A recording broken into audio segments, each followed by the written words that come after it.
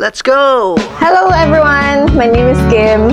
I also go by the name of Auntie Kim in social media. I am 26 years old and for the past year, I have traveled to 19 different countries. And this is going to be the one main video where I will share about that journey of mine. I will cover the how, the why not, the where, the how much, and how can you travel as well. So without further ado, let's go. So why travel long term? Why travel for a year? The short answer is that because it is my dream. My dream is to really travel the world, and I have envisioned this for years. I envisioned this dream of mine for like 8 years, and finally I made it into a reality. But it does not stop there, because my dream is actually to travel the world continent by continent. So yes, and I don't only travel to see places, I travel also to explore how people live and interact with the locals. And then I believe that to travel is a necessity, because in order for me to achieve my other dreams, my ultimate goals, I need to expose myself to the worlds beyond my own, and I need to figure out how to deal with the discomfort that comes along with traveling into unknown places, and also to exploring the things unknown. It is only when I put myself outside my comfort zone that self-growth and self-development happens. So to repeat, for me, to travel is not a luxury, it is something that I must do. How did I plan to travel for so long, and how did I manage to travel for so long? So the first part of the how is the prior travel. So before the actual travel, there were a couple of lifestyle choices that I have to make. So I was still a student when the vision came to me that I really want to travel. In fact, as a matter of fact, I actually chose my course, Tourism and Resorts Management, because I wanted to travel. But yeah, in my whole 4 years, make that 2 years. 2 years of working life under the tourism sector, I did not get to travel because of my course. It was only on my own accord, on my own money. But anyway, skip that part. So yeah, so I started saving up even when I was still schooling. I was doing some part-time jobs and here and there. But on 2016, I was starting the second year of my polytechnic course. My parents had to go back to Philippines because my father lost his job. So from then onwards, I had to find ways to afford my super expensive school fees in Singapore. And yeah, I had to work double and stick to a low standard of living as a foreigner in Singapore. And after a miraculous graduation, still, hallelujah, praise the Lord for that miraculous graduation in 2018, I still had to pay a whopping bank loan of 22,000 Singapore dollars, which is what my father signed me up for, but it was intended to be paid by him. But of course, I cannot push for it. So I paid that first. I had to clear that as soon as possible, and the moment I cleared it, it was 2020. So now that I've cleared it, then it's time for me to save up for this travel of mine, right?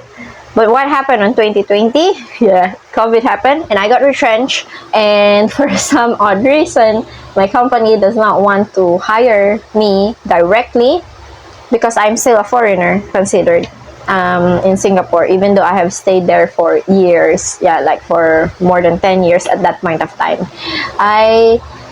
Anyway, I had to pay 2 months salary just for them to hire me, and again, that's another money loss. And yeah, on fast forward 2022, my mom passed away, and yeah, there are a lot of things when it comes to the finance planning side before travel. So it did not come easy, and I had to do lots of adjustments here and there, and it took me 2.5 years after I've paid the bank loan to finally do it. And even when I have not sorted out my finances yet, right? I was already planning itineraries. I was researching on the countries that I wanted to go, and I was doing Excel sheets. So apart from saving up, I also plan on my end just in the computer. Yeah, and I started prioritizing on saving up for this trip of mine instead of spending more for accommodation in Singapore. Like, just disclaimer, I have never had a room of my own throughout my stay in Singapore, and actually even now I'm actually in my grandfather's and grandma's room in Philippines. So anyway, ang tawag dun sa Tagalog, habang maigse ang kumot, matutong mamaluktot. Anyway, so yeah, that's the prior travel prior travel. And the next part of the how section is during travel. So how I travel, basically. And as you know, I have lost a lot of money already, even before traveling, and I am a poor Filipino, so I cannot afford to travel luxuriously. And in the first place, I don't even think of traveling, like hopping from hotels to another hotel. Yeah, because when I travel, I'm usually out, so I don't really care much about the accommodation. So anyway, I travel budget style, but there are so many ways to travel budget style, and in my own personal opinion, I don't go purely like shoestring budget style as what other long-term travelers also do this. Like, I don't have camps. I don't carry tent for that one whole year, and I rarely hitchhike. I only hitchhike in Armenia. Anyway, yeah, but still, I do it mostly on the budget. There are just some exceptions where the locations themselves are like expensive. Like, for example, in Jammu and Kashmir, India, that's an example, because it's quite hard to get there without a private transport. And yeah, but it's my dream to get there. I really want to be there. Then, so when it comes to expensive locations that I really want to be there, I will still go. Yeah, so even if I fork out a little bit more money than usual, but still, I make use of couch surfing, and I also volunteer because I want to volunteer and interact with the locals more. And as much as possible, I try to find ways to spend more time with the locals rather than the travelers themselves. So that's how I travel. Why not long-term travel? Just feel that it is my social responsibility to share with you the discomforts and the disadvantages of long-term travel, and these are the things that you need to be in good terms with, or to accept before you start your journey. So first thing, probably the most obvious one, is the risk of unemployment once you finish your travel.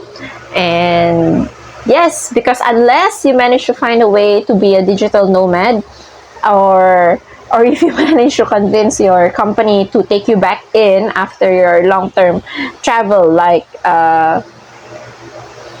a few months, really like 6 months or a year, then this unemployment thing is really going to be an issue.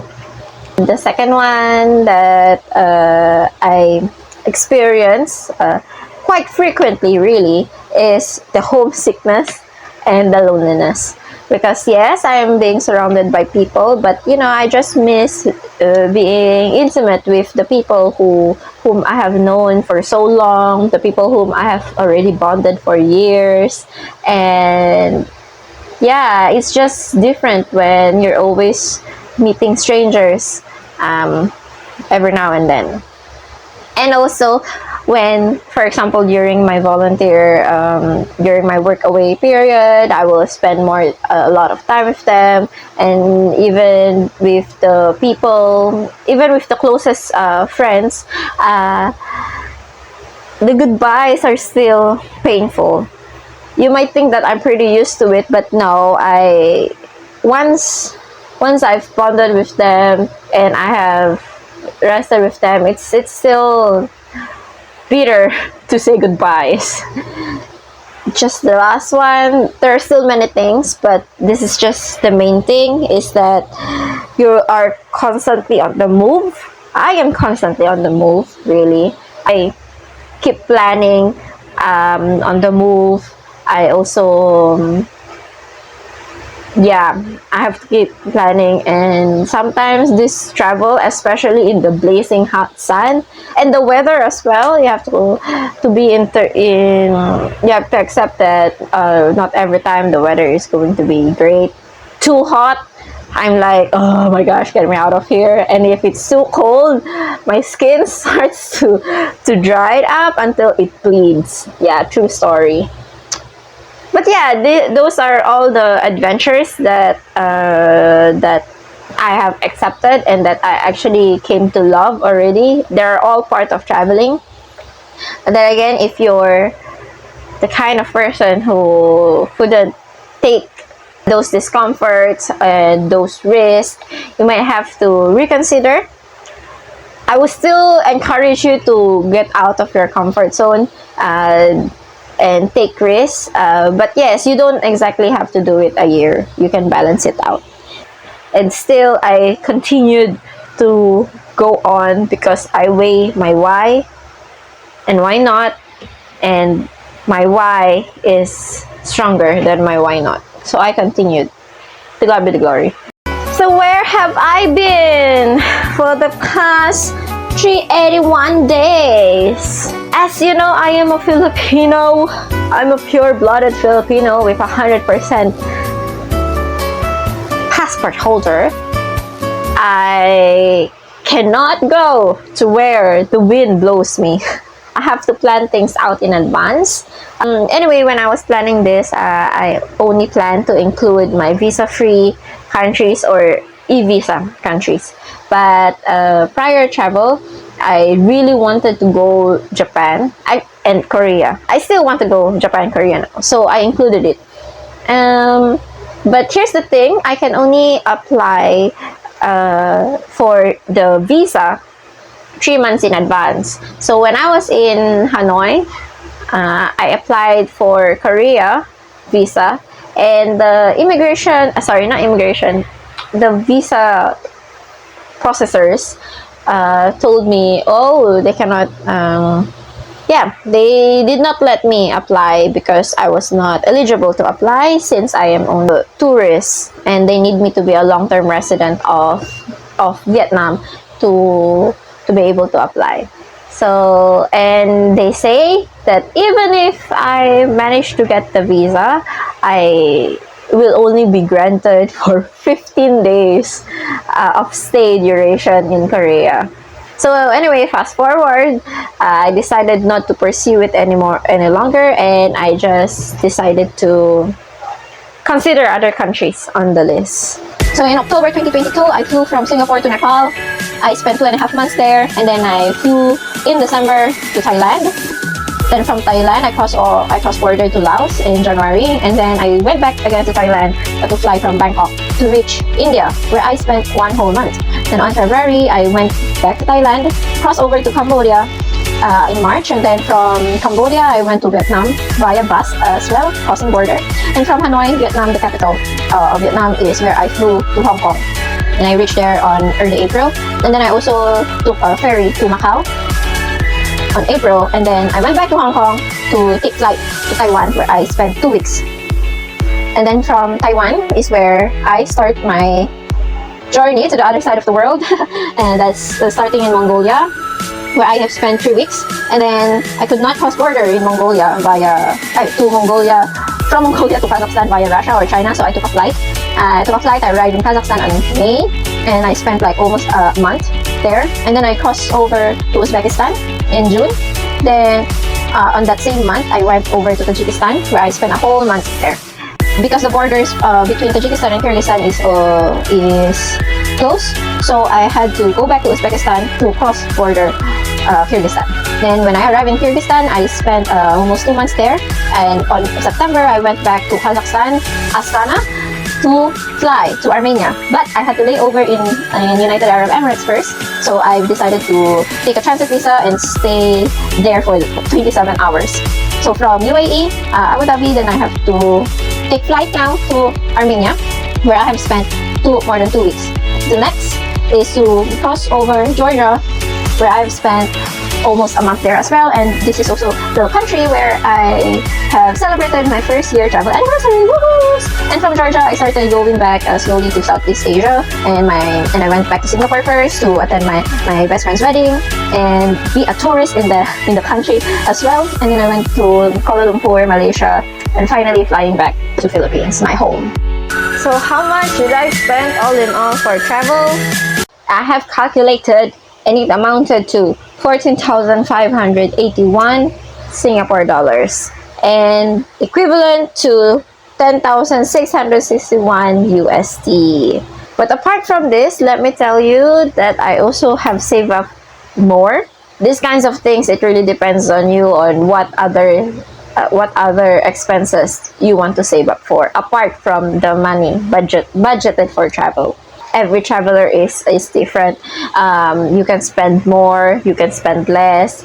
You are definitely going to spend more if you don't want to stay in low budget accommodation like couch surfing or hostels and so on and so forth. And you are definitely going to spend way less if you are a holder of a stronger passport, because you don't need to care about visa. You can actually go wherever the wind blows, and they won't continuously ask you for return tickets here and there. Yeah, it's your privilege. The amount of money spent really depends on the places that you go and how you travel. So this is just what I've spent after traveling for 19 countries, and I did a lot of mistakes. I made a lot of mistakes. I even got fined. So if you learn from it, if you read through my mistakes, then you will definitely save even way more. And yeah, there's no need to spend such a whole bunch to really feel like you have lived a lifetime. And the last part is how can you travel as well, because you are totally capable of traveling and following your dreams and achieving them and making them a reality. So how can you travel as well? I have shared this top 3 things to be done to travel long term on my 6th monthsary. But just to recap quickly, the number one thing is to stop viewing your dream as just a dream. You need to envision it. I envision myself achieving this dream and living it. I imagine myself being in a different country for actually 8 years. It took me so long because there have been so many financial crises that happened throughout that past 8 years. But still, I knew, and I have trust in God that I will make it through if it is His will. And I'm just thankful that it was His will as well for me to finish this travel. So yes, but that's the number one thing I did. I knew that I'm going to make it and that I will do my very best to achieve this dream. And the second one is to prioritize it. Once once this is already your dream, then once you already know that you want to do this dream and you want to accomplish this dream, you need to prioritize it now in your daily life. There might be some choices that you have to difficult choices that you need to do, like from my experience, always opting for the cheapest rent, the cheapest place to live, so that I can save some bucks. And and also I did not collect on stuff, on a lot of things. Like, I love to read books, but then I knew that I will have to give it away before I travel anyway, so I try to limit the number of books that I collect. And then these are the choices that you need to do to change to achieve your dreams. And then lastly, not lastly, but the top 3 that you need to do is to set a deadline to it. You're gonna just keep saving and saving and saving. You need to have a deadline, a time deadline. You have to say that, okay, in 2 years time or in 3 years time, by year 2023, I have to go. For my case, truth be told, I did not hit my budget because I wanted to budget more, like to allocate more. But in the end, I didn't really hit it, and I felt that it was already postponed enough, because I was supposed to finish just my 3 years of tuition grant, but because of COVID and also because of my previous work bond, my previous company, I had to stay for 2 years, so I cannot leave it. I cannot leave my company. So instead of 3 years of working, I have spent 4 years of working. But even then, I still did not hit the budget that I wanted to save up for. But I just told myself, no, this is it. I will travel, and with the limited money that I have, I will have to make do with it. So it doesn't matter whether I need to do more volunteering or need to do more couch surfing, or like not eat as much, but I will have to pursue, and I will trust that I will make it through. If you notice that the top 3 does not include you having lots of money, right? Because truth be told, it doesn't matter. If you don't do these 3 things, or if you don't do the number 1, or you don't do the number 2, number 3, it won't happen. No matter how much savings you have, even if you're a billionaire, even if you're a millionaire, if you don't prioritize this, if you don't take action into actually fulfilling this, and you don't set a deadline, it will not come true. So the rest, after you have done these 3 things, then of course you will that's when the planning goes on, the planning continues. You search where you want to go and everything, cheche boreche, blah blah blah.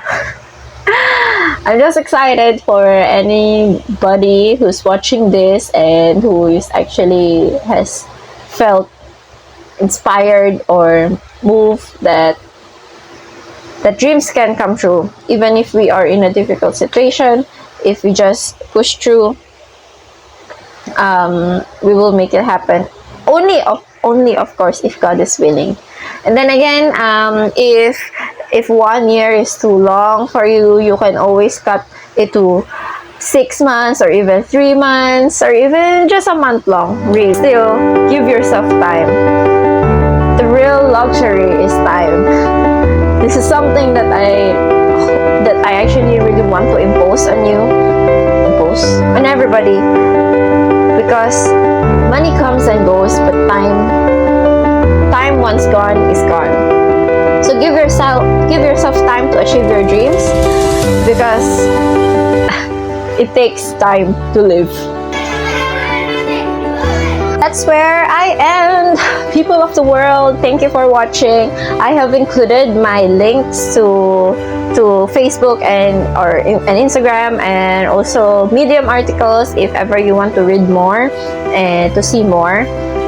And But one last thing before you go, if ever you have been moved or been inspired in any way and you want me to stress less about the finances in the upcoming days, you can give any amount to via GCash, PayNow, PayPal, and other forms of method as well in the screens and links below. Yes, and I would really appreciate it. Do give me your name and email as well if ever you have done so I can send you some digitalized token of appreciation gifts by yours truly, Auntie Kim. So that's it, guys. Thank you very much, and here's to achieving our dreams. To God be the glory.